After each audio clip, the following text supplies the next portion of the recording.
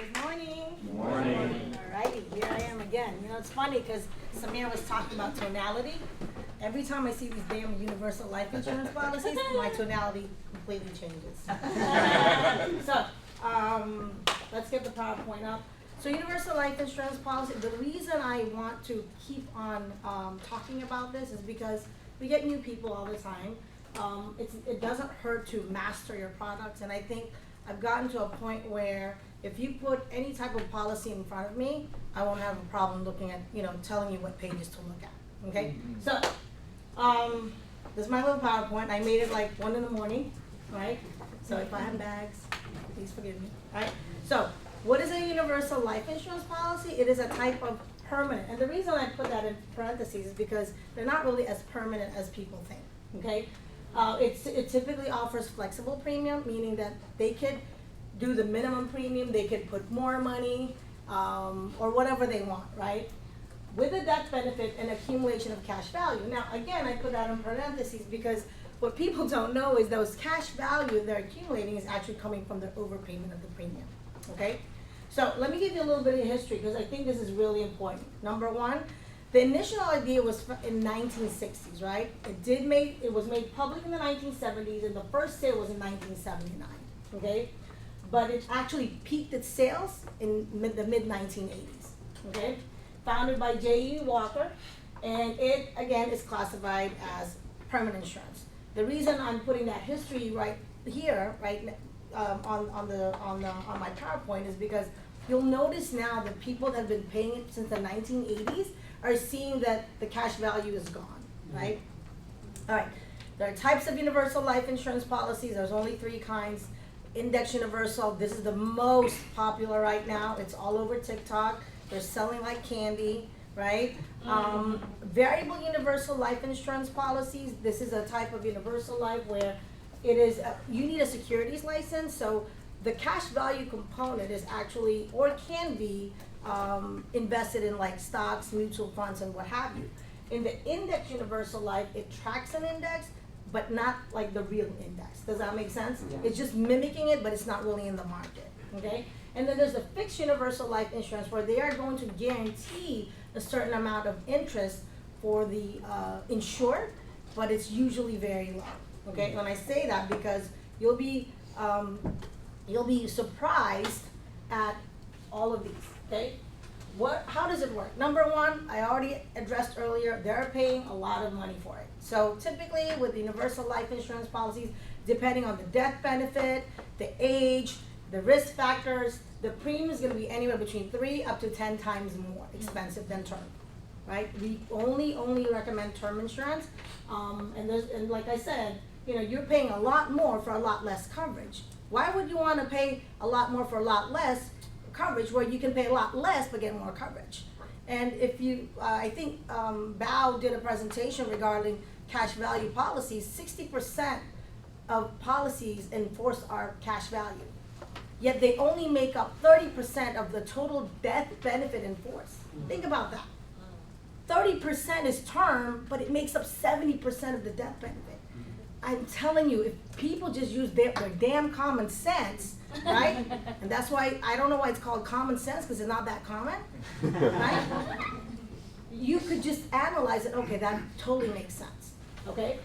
Fees are ridiculous. I've seen fees that are anywhere between 30% of the premium, all the way up to 80+% of the premium, right? The increasing cost of insurance, as you see, my tonality is changing again. Tone it down. But the cost of insurance in all universal life insurance policies, there's always going to be what they call a cost of insurance table, right? And it is per 1,000 of the death benefit. So if my death benefit is 500,000, right? Then my cost of insurance is going to be multiplied by 500. Make sense? And there's usually a table with a matching age and what the dollar, and usually it looks like cents, okay? Surrender charges. This is the punishment when you find out that you're getting duped by the insurance company or your agent or both, right? Then they're gonna punish you for wanting to stop, okay?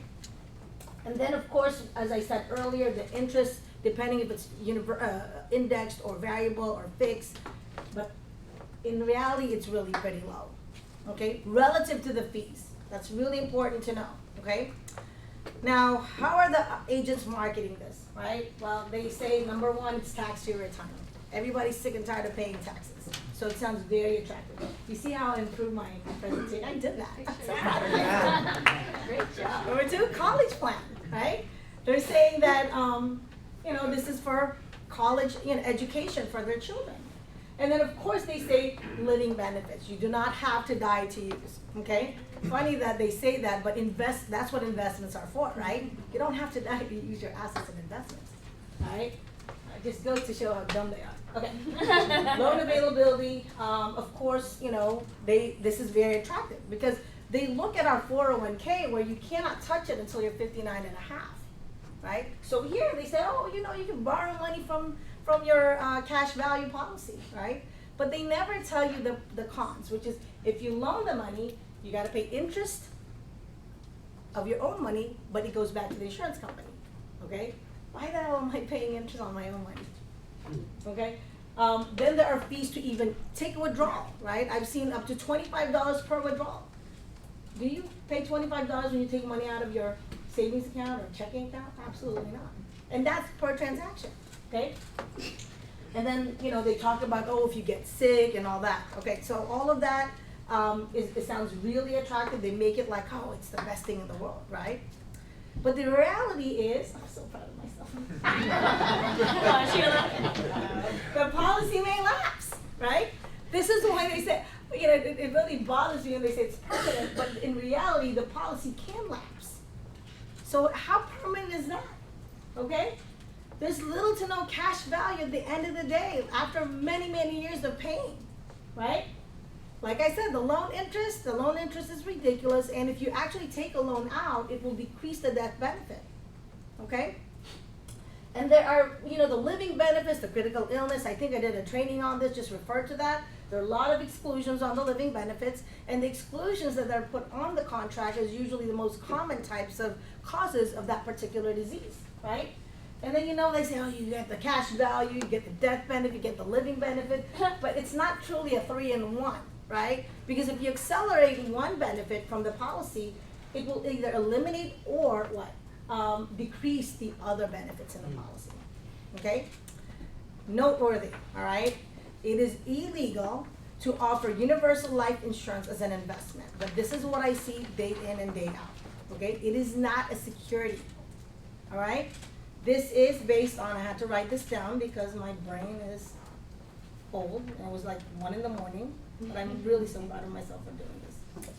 Okay. In the U.S., it is illegal under the Investment Advisors Act of 1940 to offer universal life insurance as an investment to individuals, right? But it is frequently offered by agents as a tax-advantaged financial vehicle from which they can borrow as needed later without the tax consequences, okay? But it is not, right? So you can actually tell, these agents that that it's illegal and you can be reported to the state commissions. I don't know if that won't make them pee in their pants, it might. Right? So, I'm gonna show you some examples, okay? All right, first of all, this is a 34-year-old, was issued in 2021. You see where it says no lapse ending date? Again, when it says no lapse, it means no end, but they double negative it, right?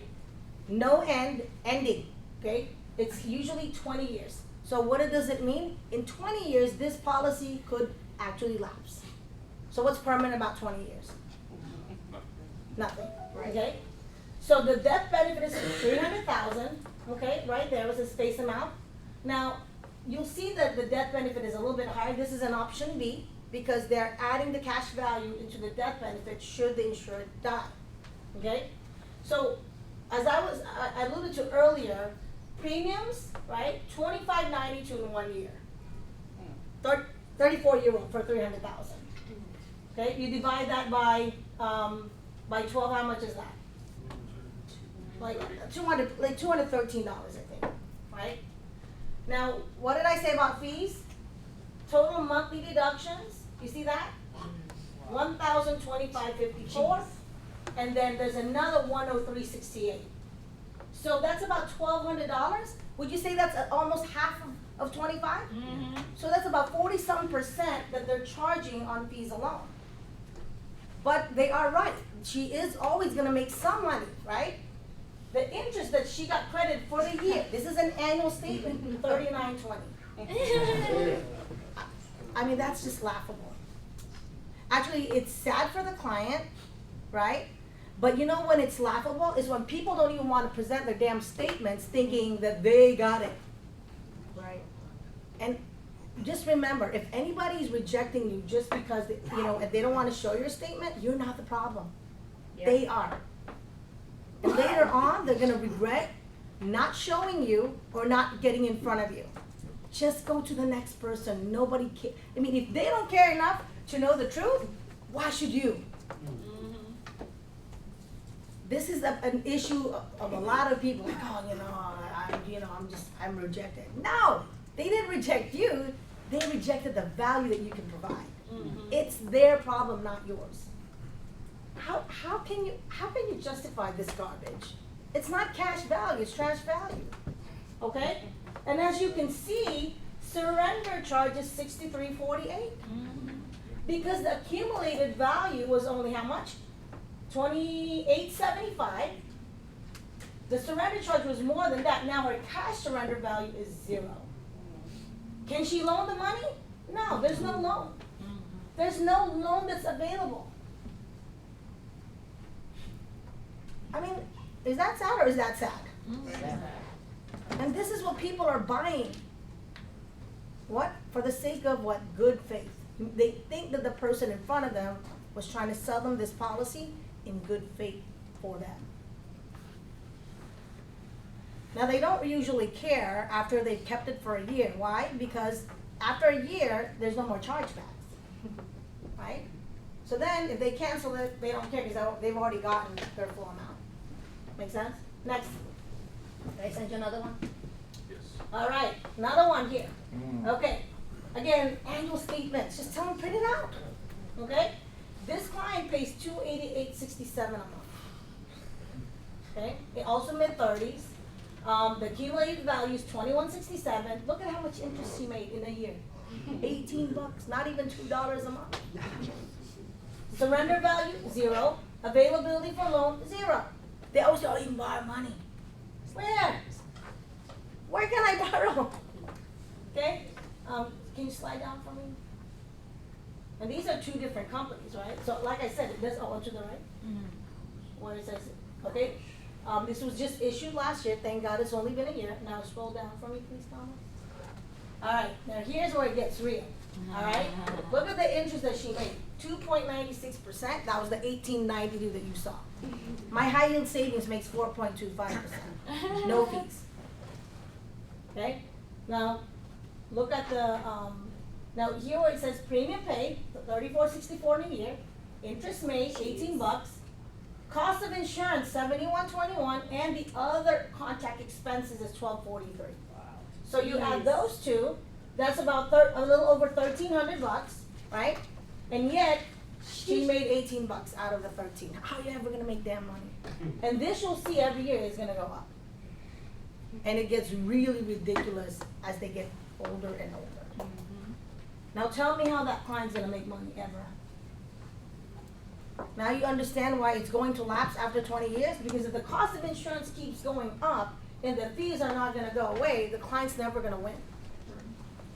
And I know the people that don't want, to talk to you is probably because they had some type of benefit potentially, because maybe they referred somebody to that same person and they were given a referral fee. Somebody, they probably capitalized on it already, or they're an agent themselves. You know what? If you're piece of shit, I don't want to work with you anyways, right? You're unethical, I don't want you to be part of my team. We're in the business to do what is right 100% of the time. Okay, so if you're here in this room, congratulations, you're on the right side, okay? Any questions? I'm so excited that I know how to do that voice.